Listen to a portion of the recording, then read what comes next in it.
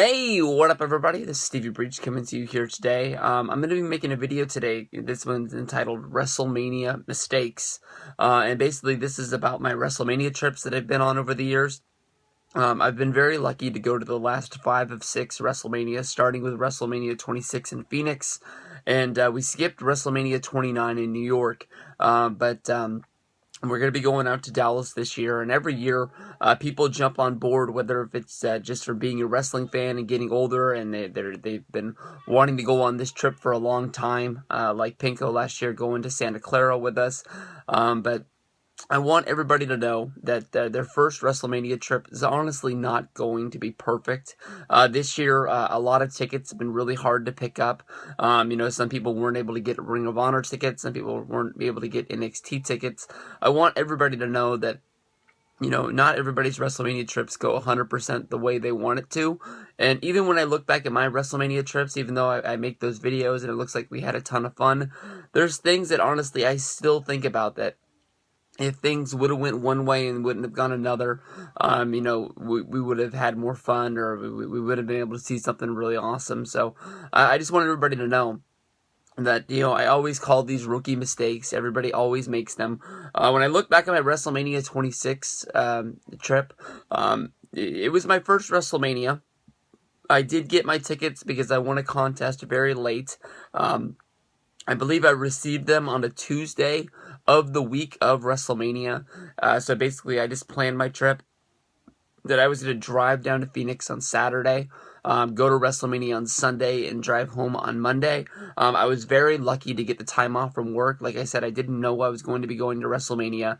So, when I drove down to WrestleMania, I chose to have dinner with a friend who lived in the Phoenix area that I went to school with. Honestly, it's always fun to meet your friends and things like that, but probably if I would have known about it, I would have gone to Access. I remember after making the dinner plans, I didn't really know what Access was, but I did remember seeing a text or a tweet from Wade Barrett about coming to the Access on Saturday night, and the NXT guys were going to be signing, and of course that would be Wade Barrett, Daniel Bryan, Matt Tarver, all of those guys that were on that first edition of NXT, Skip Sheffield, who's Ryback now, Justin Gabriel, lots of talent that was on there, and I would have been able to experience my first Access.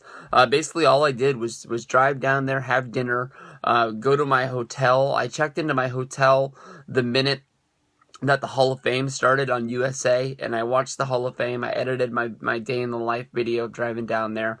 I went to sleep, I woke up, and then like a moron, I went to the arena at 9 in the morning, and WrestleMania didn't start that day until probably 5 o'clock. So I was out in the parking lot for hours. Like I could have gone to Access again in the morning.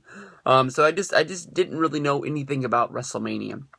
WrestleMania 27, a few of the mistakes that we made were because of it was our first WrestleMania. It was me, Ravi, Miguel, Luke, and Paz. I chose to stay in a hotel that was outside of the Atlanta area to save money. And we were going to drive in every day. Honestly, if we redid it, I probably would have had us stay inside Atlanta, spend a few more bucks. But honestly, when I think about that WrestleMania trip, there was me, Miguel, and Ravi all in the same room. And when I think back about it, I honestly think we only paid $40 a piece for the whole week that we were there. It was a very cheap motel. It did have everything that we needed. It had a bed. It had space, it had a shower, and then we just woke up every morning and we drove in. When I think about that WrestleMania trip, honestly, we probably went to too many Access sessions. I think we went to 4. I'm not 100% sure, but we did go to like Ring of Honor shows and things like that, so it wasn't like we just did Access the whole time. But also, I don't think if they did, I definitely didn't know. I didn't know what Wrestle Reunion was. And I know that a lot of people were going to Wrestle Reunion on Sunday, and they were walking around. I know that Kurt Angle was there. A lot of people were saying that they were going to skip Access to go meet Kurt Angle, and Kurt Angle ended up not being there for one reason or another. Like I said, I wasn't prepared. I didn't know what it was. Wrestle Reunion is basically, molded into what WrestleCon is now, so it's basically the same sort of a deal. And it was at a hotel sort of close to where Access was, so it wasn't like it was way out of the way. But we didn't really know what it was, so we just kept going to Access every day. And that's probably one way I would have changed it. Also, we didn't know that you didn't really have to dress up for the Hall of Fame. So we received an email saying that, basically we were going to be turned away if we didn't dress up for the Hall of Fame. We had floor tickets, so we were kind of scared. So one night, really, really late, we went to a 24-hour Walmart, and we all bought clothes that we didn't really need to buy. We bought slacks, we bought shirts. I think somebody might have even bought a tie to make sure they looked styled and decked out. But we ended up, getting into the Hall of Fame, and people were there in shorts, and people were there in T-shirts and all sorts of things. So, we fell for it. WWE tried to turn the event into a black tie event, but when it comes down to it, and you got that many wrestling fans in town, it's just, you're going to wear what you're going to wear, and that's going to be it. From there, WrestleMania 28 in Miami. I can only say that the mistakes that were made in WrestleMania 28 were honestly because of the city and the way that everything was planned out. We stayed in the WrestleMania hotel where they put us because we bought the platinum package. We were sitting really close that year. But I remember going to WrestleCon, going to Access. Everything was really far away, and we were really lucky that we rented a car because without a car, we wouldn't have been able to make it at all. I mean, they had the bus to get you to WrestleMania, which we ended up missing because one of our friends basically got ditched by the person that was supposed to give him a ride from Access to the show. So we went out there and we picked him up. Nobody wrote down or nobody remembered where we parked the car. We ended up walking around the stadium 3 times over the course of, I believe, over 2 hours trying to find our car. I think with one time we made a lap all the way around the stadium, and we didn't even realize that we had walked all the way around the stadium. But we ended up finally finding the car and getting home really, really late that year. But like I said, we didn't have anything to do with the planning. It's just the way that it was. WrestleMania 29, we didn't go to. I sometimes think that WrestleMania 29 would have been fun to go. There's a lot of guys from New York, like James, Danny. I've never met the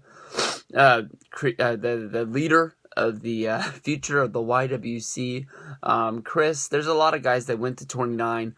That was the only chance. Bobby from New Jersey is another one that's up there.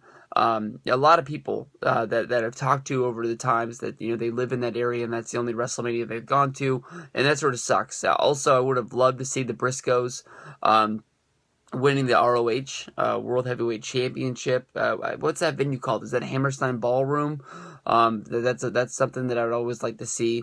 It sucked that they didn't have a show inside of Madison Square Garden. They did have the Hall of Fame, but it's always sort of a dream to see a wrestling show inside of the Garden, and maybe they're getting away from that. They did the live special this year, so it is what it is. WrestleMania 30. I can't really think of a lot of mistakes that we made by not going to, I can't think of a lot of mistakes we made during WrestleMania 30. WrestleMania 30 was almost perfect. That's sort of like the one trip that we're really chasing, that we want to sort of have that sort of magic again with Dallas. And the way things are coming together, I think that this year is going to be one of the best, trips that we've ever had. It's going to be pretty fun. But I can't think of really any mistakes that we made that whole time. We shouldn't have gone to that Jim Ross show, I'll tell you that. That thing sucked. But, when you think about WrestleMania 31, there was the day we got back to the place, and I was driving my wife's car. In between Saturday to Sunday, when I parked the car, I didn't put the car into park. So the next day when I came to put to start the car to go wherever we were going. The car wouldn't start. So I ended up calling to get it jumped with my insurance company, and basically the guy came out, he tried to jump it, it wouldn't start, and then he got in the car, put the car into park, and the car started up just fine. I felt like an idiot.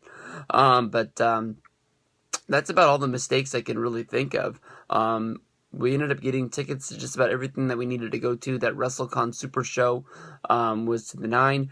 And in between WrestleMania 31 and WrestleMania 32, I kept driving the package. We got to get the package. We got to get the package. WrestleMania 31, the ticket pre-sales sucked. I went to every single one of them.